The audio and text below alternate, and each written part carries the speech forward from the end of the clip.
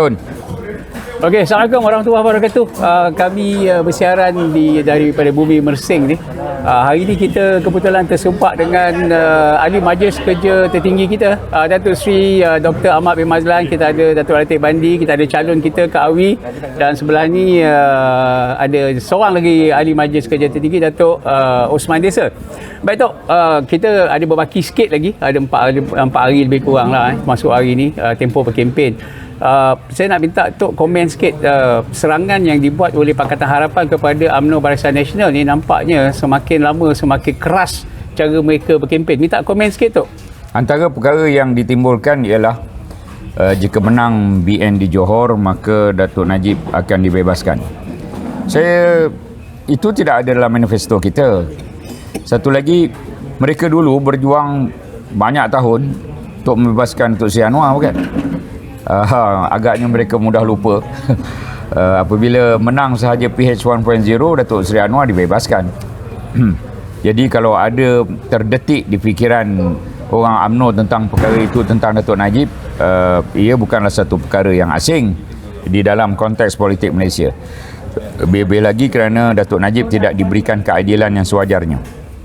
Saya tak perlulah nak bercerita panjang tentang hal itu. Pada siapa yang meneliti penghakimannya tahu apa yang saya maksudkan. Saya dah pergi banyak tempat. Saya dah pergi 26 parlimen per 26 parlimen dan telah pergi berpuluh-puluh Dewan Undangan Negeri.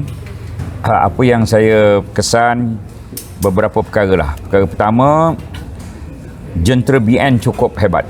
Alhamdulillah, syukur, cukup kuat. Jentera BN cukup bersemangat. Itu yang pertama. Yang kedua, saya tidak nampak rakyat ingin menukar kerajaan. Sebabnya kerajaan yang ada ni cukup baik. Kerajaan yang ada ni telah memberikan macam-macam bantuan kasih Johor sampai 4 kali, dengan segala program-program jelajah orang Johor, JOJ, program infak Jumaat, program semarak subuh, ya. Macam-macam program tak berhenti-berhenti untuk masa yang panjang, 2-3 tahun, masa yang panjang. Jadi dengan itu rakyat, terutama yang atas pagar, kecuali hardcore mereka lah, yang atas pagar dan orang kita memang suka pada kerajaan ini. Sebab kata orang on tak on, mereka jawab mesti on punya, ya. Itu jawapan yang antara war cry yang menarik lah. Yang ketiga, saya lihat orang atas pagar. Orang atas pagar di Johor ini ada 60% penyokong kita, 20% penyokong mereka, 20% atas pagar. Yang atas pagar ni semua menerima bantuan kasih Johor. Jadi yang atas pagar ni, insyaAllah majoriti daripada mereka akan bersama dengan BN untuk mengukuhkan kemenangan. Itu yang ketiga. Yang keempat, saya lihat manifesto. Apabila sebut PH keluarkan manifesto, mereka ingin mereka teringat kembali manifesto PH yang lama-lama yang tak tertunai sampai sekarang. Sehingga kan saya ada pantun tentang manifesto mereka ni. Jika tuan pergi memancing, jangan lupa membawa umpan. Jika tak mau kena kencing, jangan sokong ... Pakatan Harapan, saya sambung.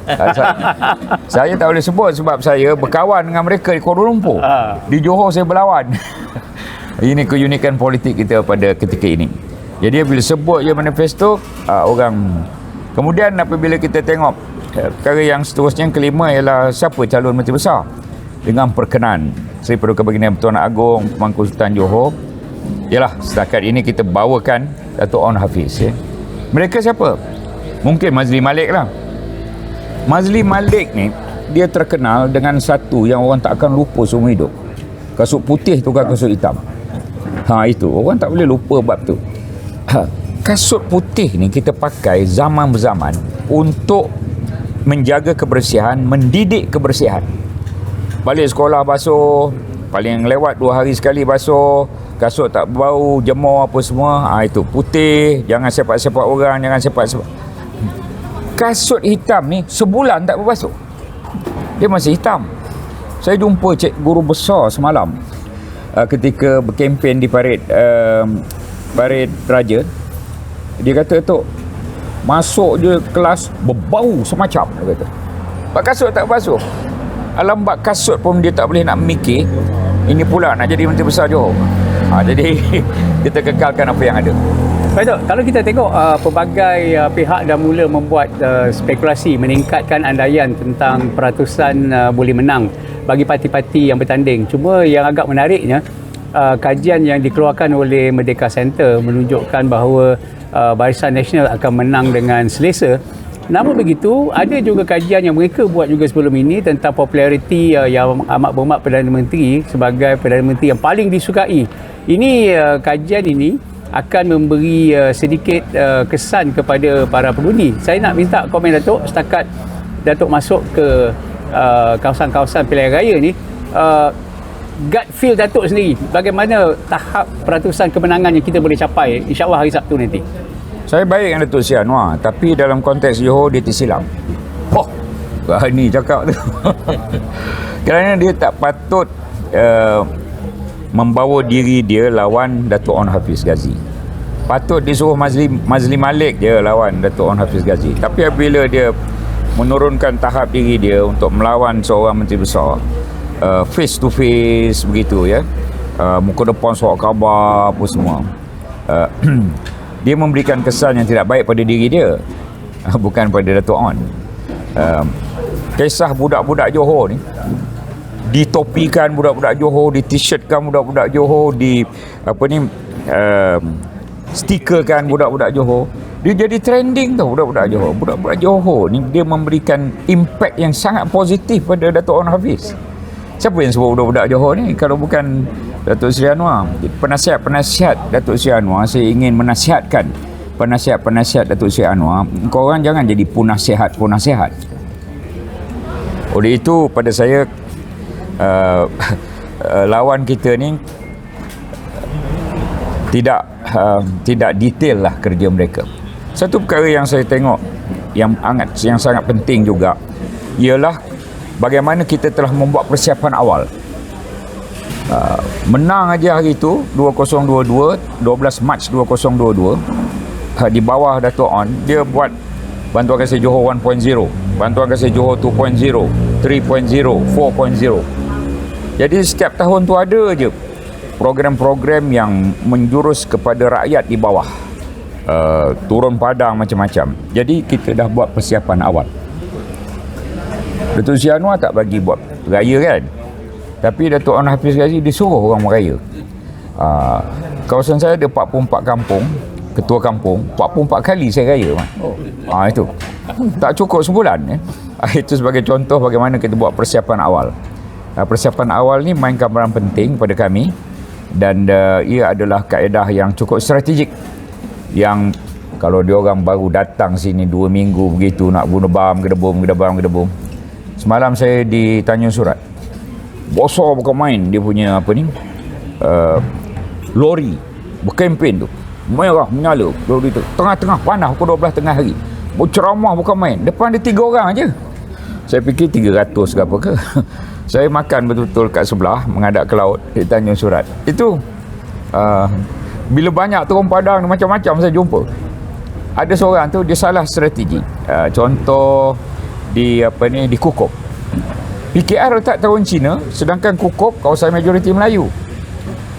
Agaknya PKR fikir PAS masuk lawan di Kukup, jadi pecah 2 undi Melayu, maka dia boleh menang agaknya. Tapi dia tak tahu PAS tak masuk Kukup. Oleh itu adun Kukup KPKR ke apa yang mengikut dia apa tu semua kan, dia kata dia tak ada sebelah sana tak ada program, dia kata. Kalau pergi biru je, merah ada semput sikit ya. Kerana calon dia pun calon orang luar. Jadi ada kesilapan strategi di beberapa tempat. Saya tak nak sebut yang lain, itu saya bagi contoh mereka silap strategi.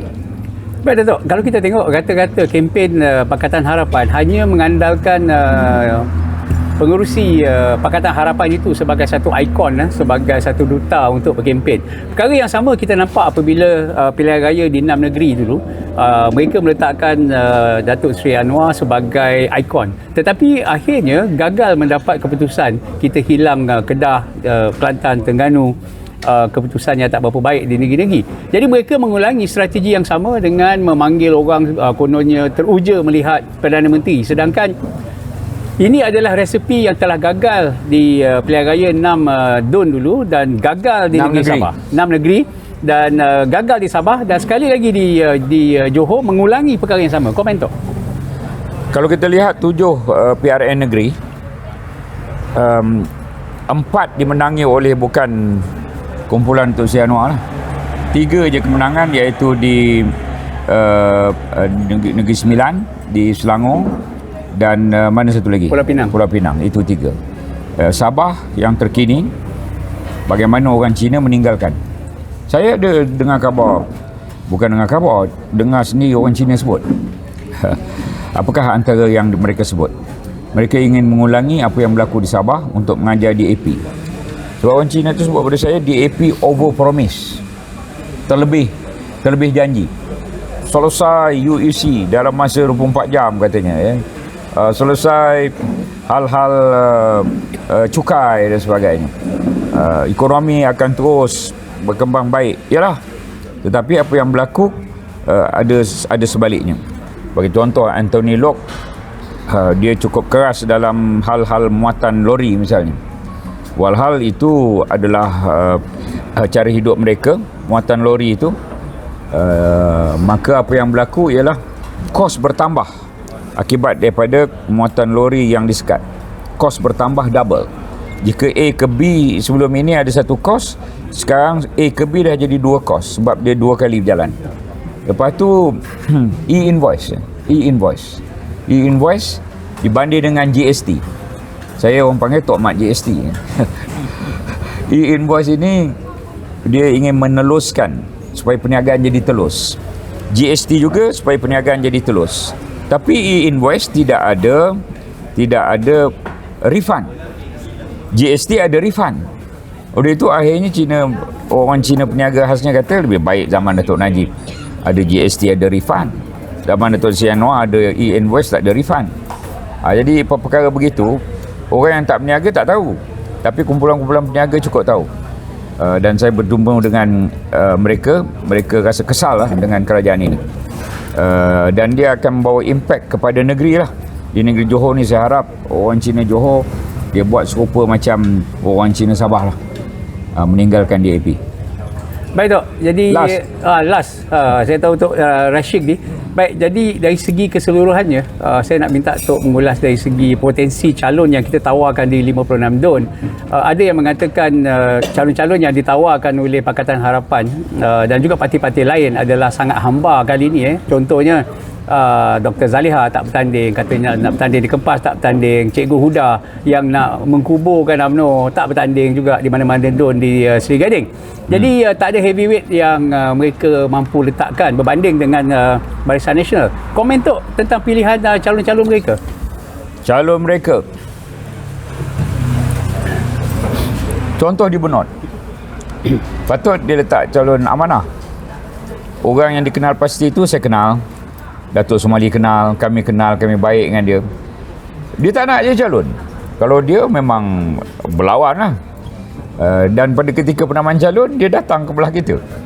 Oleh kerana tak ada calon, orang cari orang lain daripada tempat lain untuk jadi calon amanah di Benot. Jadi untuk Datuk Somali mudahlah agaknya, ya, mudah-mudahan. Calon kita ni begini, pantun. Jangan laju ibu berpesan, bawa kereta turun naik. Ayuh sahabatku undi barisan, calon kita orangnya baik. Ada lagi satu lagi. Buah pinang di pinggiran Paya terkenal tempat mandi. Pastikan menang pilihan raya, Barisan Nasional kita undi. Okey Tok, satu soalan yang terakhir ni, saya nak kena tanya juga tentang perkara yang mereka kempen. Apa yang kita kesan ni, di mana-mana mereka kempen, naratif mereka hanya satu, iaitu kali ini bagilah peluang kepada PH untuk mereka mentadbir. Kita gantikan BN, bagi peluang. Ini soal mereka dah bagi dapat peluang. lagi tu. Ada satu ketika tu mereka dapat, lepas tu berganti-ganti menteri besar. Akhirnya mereka jatuh terbongkang 22 bulan je. Bukan begitu di Johor. Betul. Mereka dah dapat. 2018. Kita dah bagi, bukan kita tak pernah bagi. Saya pun dengar ceramah, berilah kami satu peluang. Macam dia orang ni lekah pelupa betul lah. Kita dah bagi peluang tapi rosak negeri Johor. Jangan kita rosakkan negeri Johor yang maju ini. 5.2% saja pertumbuhan ekonomi Malaysia bawah Datuk Seri Anwar. Tapi bawah Datuk Wan Hafiz Ghazi di Johor 8%. Angka tak boleh menipu.